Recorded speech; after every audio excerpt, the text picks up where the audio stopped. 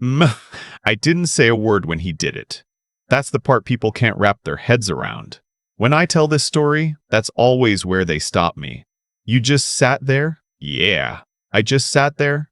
I let him do it, and I let him laugh, and I let the whole town see it. Because I knew something he didn't. I knew exactly how this was going to end. But I'm getting ahead of myself. My name is Joel. I moved back to Harlan County about 3 years ago after 12 years away. Some people come home because they miss it. I came home because my mother was sick, and because after everything I'd seen and done in those 12 years, quiet sounded good. Real good. Harlan County is the kind of place where everybody knows your truck, where the diner on Main Street has had the same menu since 1987 and nobody's complained. I grew up here, left at 19. And when I came back at 31, I looked different enough that a few people didn't recognize me right away. I was okay with that. I preferred it, actually. I bought a small place on the edge of town, fixed it up myself, got a part-time job helping with equipment maintenance at a local construction outfit, not because I needed the money, but because I needed something to do with my hands. I told people I'd spent my years away working government contracts, which wasn't technically wrong. What I didn't tell people, what I hadn't told anyone in Harlan County, including the woman I'd been seeing for 8 months, was that those government contracts involved a uniform, a trident pin, and more classified operations than I am legally allowed to discuss. My girlfriend's name was Adrienne. She was a school teacher, 3rd grade, smart and funny, and the kind of woman who remembered everybody's birthday without writing it down. We'd met at the hardware store of all places, arguing over the last box of a specific deck screw size. She'd laughed first. I'd asked her to dinner. I loved her. That's important to say up front because what happened later was complicated, and I don't want to simplify it in a way that's unfair to her. She made choices I didn't see coming. But I loved her, and for a while, I think she loved me too. The trouble had a name, Sheriff Boyd Kellerman. Boyd Kellerman had been sheriff of Harlan County for 11 years. He was 47, built like a man who used to play football and never quite let go of that identity, with a handshake that lasted 2 seconds too long and a way of standing in the center of any room like he'd been elected to that too. He drove a lifted pickup he didn't need and wore his uniform on his days off. He was the kind of man who confused respect with fear and had stopped caring about the difference a long time ago. I became aware of him gradually, the way you become aware of a weather system. People mentioned him, moved around him. A guy at work said something once about his brother-in-law getting a ticket for no reason after a dispute with the county about a zoning variance.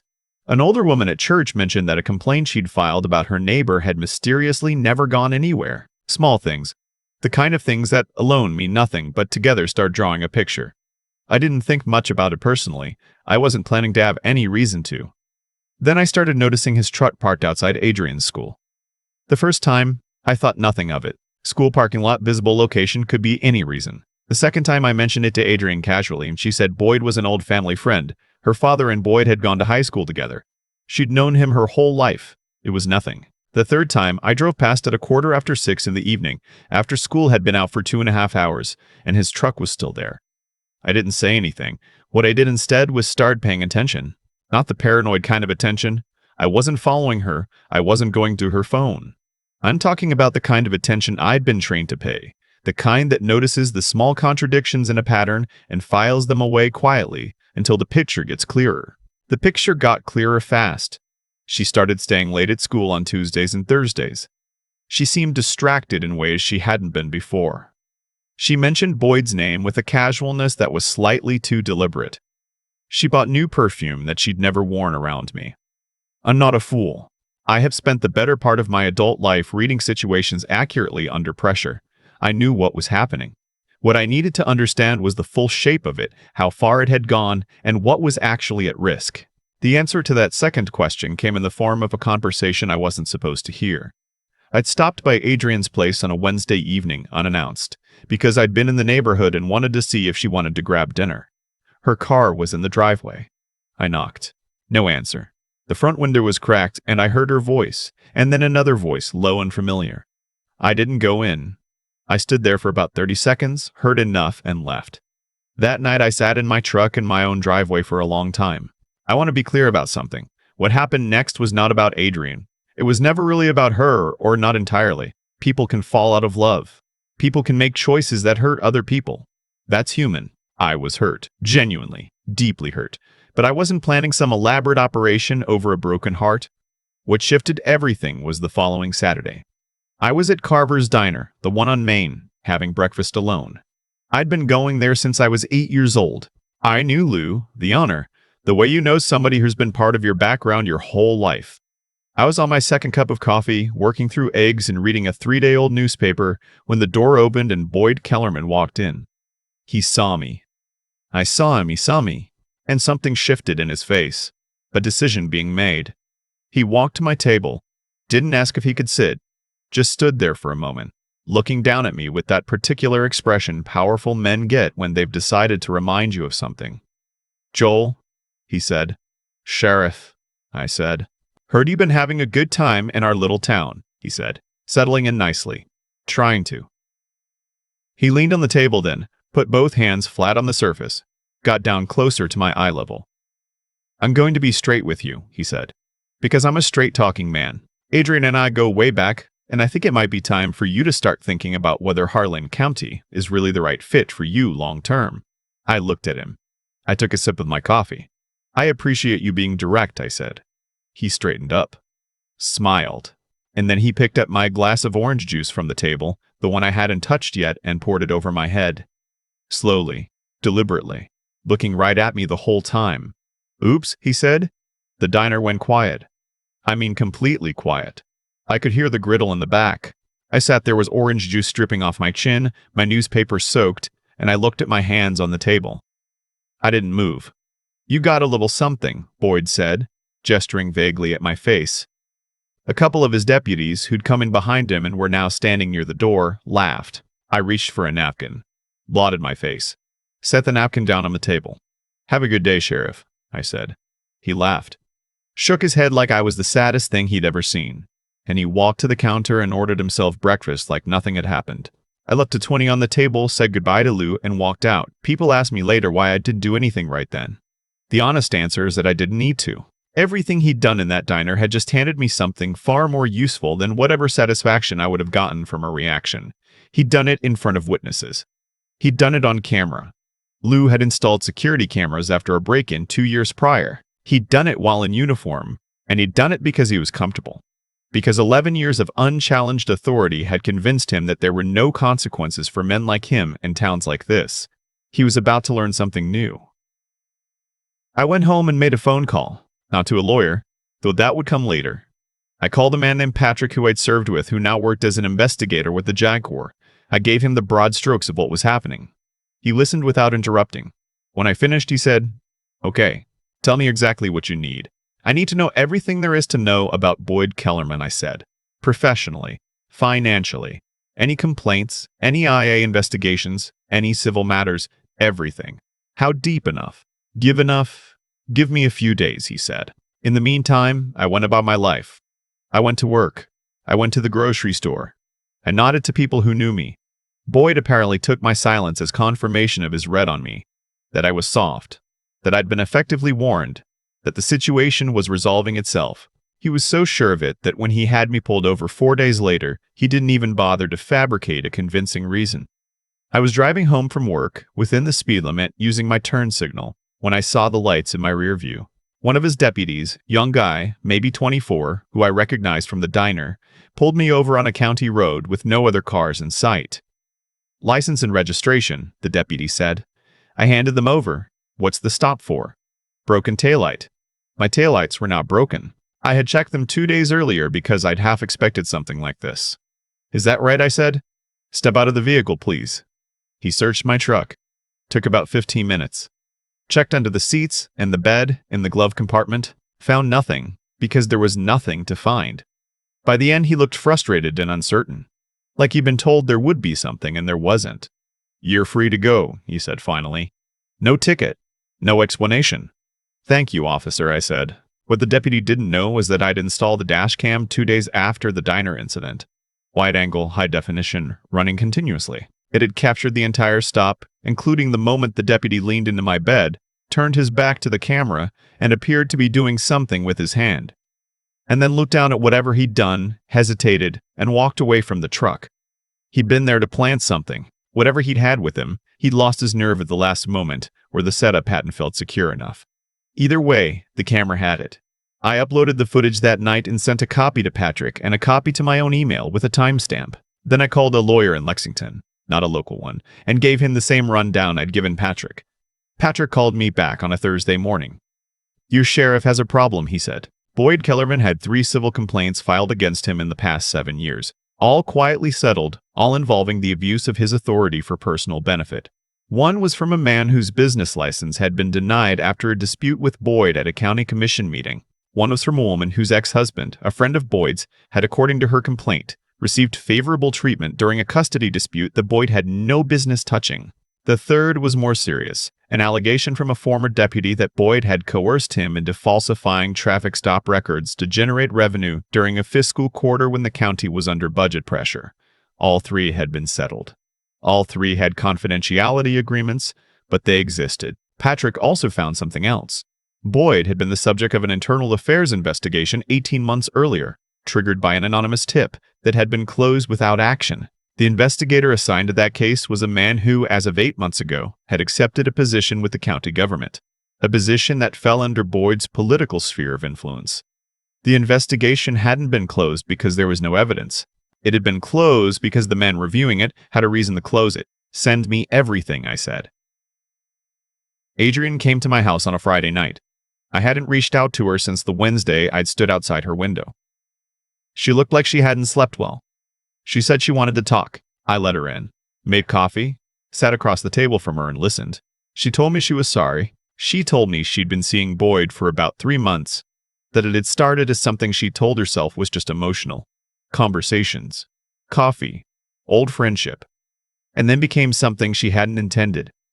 She said she knew it was wrong. She said Boyd was complicated, that he could be controlling, that she was starting to feel like she didn't entirely know who she was dealing with. I listened to all of it. When she finished, I said, "Are you safe?" She looked surprised. "What?" "I'm asking if you're safe," I said. "Are you in a situation where you feel like you can't leave if you want to?" She was quiet for a long moment. "I don't know," she said. He doesn't like to be told no." I nodded. "Okay," I said. "I need you to do me a favor. I need you to write down, as specifically as you can, anything he's said to you or done that's made you feel pressured or unsafe. Dates, times, exact words if you can remember them. Keep a copy somewhere he can't access." "Why?" "Because it might matter," I said. "And because you deserve to have a record of it in case you ever need it." She asked me if I was angry. I told her I was hurt, but that what I felt about us wasn't the thing I was most focused on right now. She left about an hour later. She was crying. I wasn't, but not because I didn't feel it. The following Tuesday, Boyd made his move. I got a call at 7 in the morning from my boss at the construction outfit telling me that a complaint had been filed with the county about a contracted project I'd worked on. Allegations of improper equipment handling that, if taken seriously, could cost the company its county contracts. My boss was confused and apologetic. He said he'd never had a complaint about me. He said it had come through the sheriff's office. I thanked him and told him it would be resolved quickly. That afternoon, I got a formal notice in the mail, dated 2 days earlier, which meant it had been filed before the truck stop, before that week's events. Boyd had been planning this as a backup. The complaint was thin. Vague language, no specifics, the kind of thing that's designed to cost someone their livelihood through process rather than substance. I faxed a copy to my lawyer in Lexington and called Patrick. "It's time," I said.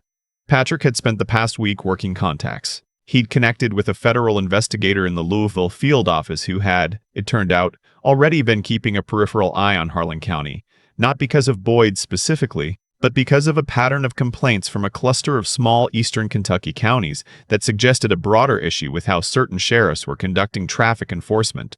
Boyd had just filed a false professional complaint against a veteran of the United States Navy. He'd had his deputy conduct an illegal search. He'd assaulted me in public in front of witnesses on camera. And now Patrick, my lawyer, and a federal investigator named, I will just call him Agent Harris, had a package that was, in Harris's words, more than enough to open a formal investigation. Harris asked me if I'd be willing to cooperate fully. I said yes. He asked if there was anything about my background that would complicate things. I told him I was a former Navy SEAL with 12 years of service, no disciplinary record, and every honorable discharge document he wanted to see. There was a pause on the line. "Well," Harris said. "Okay then. It moved faster than I expected once it started moving. The formal investigation opened on a Wednesday. By Thursday afternoon, county records were being reviewed. The following Monday, Agent Harris and two colleagues arrived in Harlan County. They were not in uniform. They drove a rental car. They had breakfast at Carver's Diner, which I found out later because Lou called me and said, "Joel, I don't know what you did, but I think it's working." Boyd was served with a federal investigative notice on a Tuesday morning at his office, with his administrative assistant and one of his deputies present. I was not there. I heard about it later. I heard that he didn't say anything at first, that he sat very still, that the expression on his face was the specific expression of a man who has just realized too late that he deeply misread someone. His deputy, the young one, the one who'd searched my truck, cooperated almost immediately. He was 24 years old and he hadn't signed up to go federal for anyone. He gave a statement. He confirmed that he'd been instructed to conduct the stop by Boyd and that he'd been told to find something and had been given a small bag that he was supposed to produce if the opportunity arose cleanly. He said he'd gotten scared at the last second when he thought about what happened if the camera caught it. It had caught it. The false professional complaint was formally flagged as retaliatory. My lawyer filed a civil suit simultaneously on my behalf, covering the diner incident, the illegal traffic stop, and the retaliatory complaint. We had the diner's security footage. We had the dashcam footage. We had Patrick's research. We had Adrian's written statement, which she had given voluntarily the week before, describing the pressure Boyd had put on her to stop seeing me and the way he'd spoken about me as someone he intended to remove from the picture. We had 3 prior civil plaintiffs, all of whom, when contacted by federal investigators, were released from their confidentiality agreements under the terms of the federal investigation and gave new statements. Boyd Kellerman was suspended without pay within 48 hours. He was arrested on a Tuesday morning. Not a dramatic scene, from what I heard, just 2 federal agents at his house at 7 a.m., and charged with official misconduct, obstruction of justice, and civil rights violations. His deputy faced a separate charge for the attempted evidence planting. I drove past the sheriff's office the afternoon of his arrest. I didn't stop. I didn't need to. I did stop at Carver's. Lou poured me a coffee without me asking and sat across from me for a minute, which he almost never does. "You know the whole county's talking," he said. I figured. Most people didn't know who you were, what you'd done. "That was kind of the point," I said. He nodded slowly. "You okay?" I thought about it. Adrian and I were done. That was clear, and I'd accepted it. There's a particular kind of loss that doesn't feel like anger, just a slow emptiness, like a room that used to have furniture in it. I missed her. I think I'd miss a version of her for a long time. But I was okay. I was actually okay. "Yeah," I said. "I think so." The civil case settled 4 months later. The county's insurance paid. The terms are confidential, but I'll say that it was enough to cover the lawyer, with some left over that I donated to a veterans legal assistance nonprofit in Louisville. That felt right. Boyd pled guilty to 2 of the 4 charges in exchange for a reduced sentence. He served 14 months. He lost his pension. He will never hold public office or a law enforcement position again. His deputy pled guilty to 1 count of attempted evidence tampering. He received probation and community service. He was young, and I think he genuinely understood what he'd done wrong. I don't hold the same feeling toward him that I hold toward Boyd. Some people make bad calls because they're scared and they don't know how to say no to authority. That's a different problem than what Boyd was. Adrian moved to another county. I heard she's teaching there now. I hope she's doing well. I mean that sincerely. People who hear this story always want to know if I was ever tempted to handle it differently. To handle it the way you might assume someone with my background would handle it. Physically. Directly. I understand why they ask. It's a reasonable question.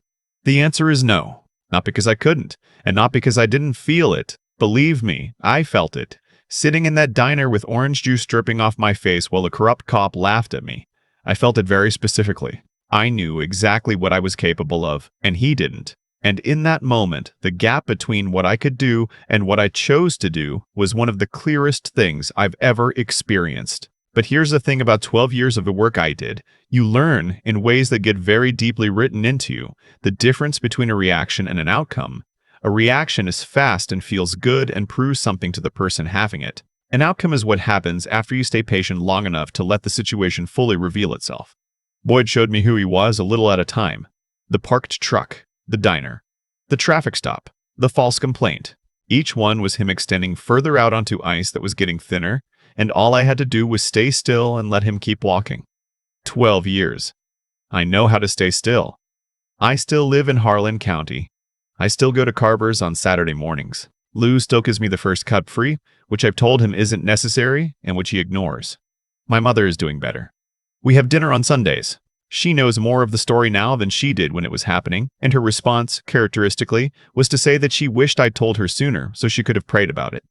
I told her I'd had it handled. She said that wasn't the point. She's probably right. I've thought about what I'd tell someone who finds themselves in a version of what I went through. Not the SEAL part, not the federal investigation part, but the core of it. Someone with power deciding you're an easy target. Someone using that power to make your life smaller. Someone laughing because they think the story ends there. I tell them the story doesn't end where they think it ends.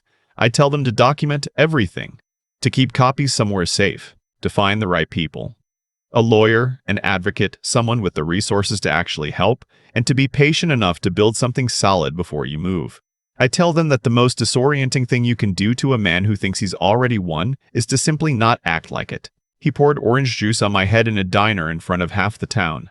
14 months later, I watched the news on my couch with a cup of coffee and saw his face in a courthouse hallway. I didn't feel victorious exactly. I felt like something had been corrected, like the ledger had been balanced, like the town I came home to had gotten a little more like the place it was supposed to be. That's enough. That's more than enough. There's something I've been thinking about since all of this ended. Not about Boyd, and not really about Adrian either. It's more about the version of me that sat in that diner with orange juice running down his face and said nothing. A lot of people would have stood up. A lot of people would have made a scene, said something sharp, maybe shoved back. I understand that impulse completely. There's a part of being human that wants the record corrected immediately, in the moment, in front of everyone who witnessed the wrong. I felt that pull. I'd be lying if I said I didn't. But here's what 12 years of hard service taught me. The kind of lesson that doesn't come from a classroom or a book or anybody's advice. The moment you react is the moment you hand control to the other person. Boyd wanted a reaction. He needed one. The whole performance, the slow pour, the eye contact, the laugh, was designed to provoke something he could then use. A man who stays calm when someone tries to humiliate him is a man that kind of person genuinely doesn't know what to do with. So I stayed calm, and I watched. And I documented, and I built something solid while he assumed he'd already won. That's not patience in the passive sense. I want to be clear about that. It wasn't waiting around hoping things would work out. It was active, deliberate, strategic. The same discipline I'd applied in situations with far higher stakes. The outcome isn't something that happened to me. It was something I chose to build one careful step at a time over weeks, while Boyd was busy being comfortable. What he didn't understand, what men like him rarely understand, is that power used carelessly is power that documents itself. Every time Boyd overreached, he left a record. The diner, the traffic stop, the deputy who almost planted evidence and thought twice at the last second, the false professional complaint. Each one was him extending further than his actual authority reached, and each one became part of a case that federal investigators were glad to receive. That's the thing about people who abuse authority. They usually can't stop themselves, because the whole identity is built on the idea that there are no consequences. Once you believe that, deeply believe it, you stop being careful. And when you stop being careful, you eventually hand someone everything they need. I didn't destroy Boyd Kellerman. He did that himself, one bad decision at a time. I just made sure there was someone paying attention and keeping records.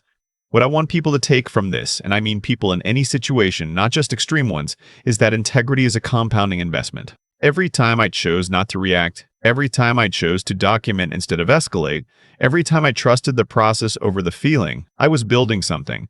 And when it finally came together, it was solid. It held up in a federal investigation.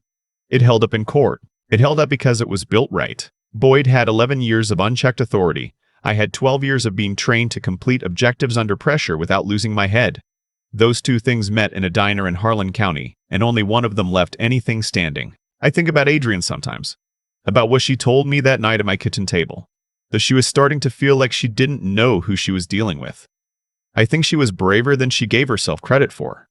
Writing that statement took something. I hope she knows it mattered. The town is a little quieter now, a little more like it's supposed to be. My mother and I have dinner on Sundays. I still go to Carver's on Saturday mornings. Lou still gives me the first cup free. Some things work out the way they should, not because the world is fair by default. It isn't, but because sometimes the right person is paying attention, doing the work, and willing to stay patient long enough to let the truth finish the sentence. That's enough for me. That's more than enough.